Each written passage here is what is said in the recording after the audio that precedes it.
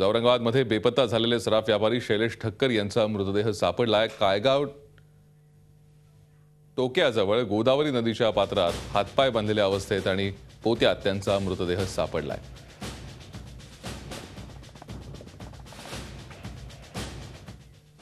शनिवारपासून बेपत्ता असलेले सराफ व्यापारी शैलेश ठक्कर यांचा मृतदेह कायगाव टोक्याजवळ गोदावरी नदीत आढळलाय। त्यामुळे सराफ व्यापाऱ्यांमध्ये घबराटीचं वातावरण आहे।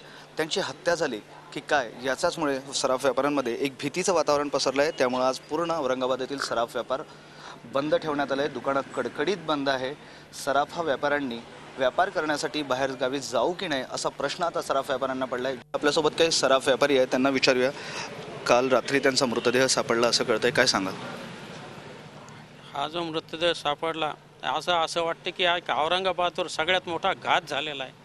अशा व्यापाऱ्याची ही पहिलीच हत्या, लूटमार झालेली आम्ही बऱ्याच वेळेला पाहिलेली आहे। पण शनिवारपासून आणि शेवटी ज्यावेळेस काल आम्हाला कळालं की रात्री त्याचा मृतदेह पाण्यामध्ये सापडला, आमच्या इथं व्यापाऱ्याचं इतकं घबराटीचं वातावरण पसरलेलं आहे। आणि अशा निर्गुण हत्या करणाऱ्या मारेकऱ्याला ताबडतोब सजा व्हावी आणि त्यांना पकडण्यात यावं असं यासाठी आम्ही SP ऑफिसला निवेदन देणार आहोत।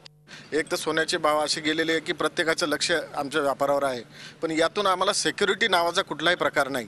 आणि अशा तरुण वयाच्या जर व्यापाराचा असा निर्गुणप्रमाणे खून होत असेल, मी त्याला खूनच म्हणेल, खून होत असेल आणि त्याचा जर शोध जर पोलिसांकडून लवकर लागला नाही तर आमच्यावर इतके घबराटीचं वातावरण पसरले की व्यापार कसा करावा हे सुद्धा कळायला मार्ग नाही। तर व्यापाऱ्यांमध्ये आता घबराट पसरली आहे। मारेकरी कोणीही असो त्याला लवकरात लवकर शोधावं आणि कडक शिक्षा द्यावी अशी मागणी हे व्यापारी करत आहेत।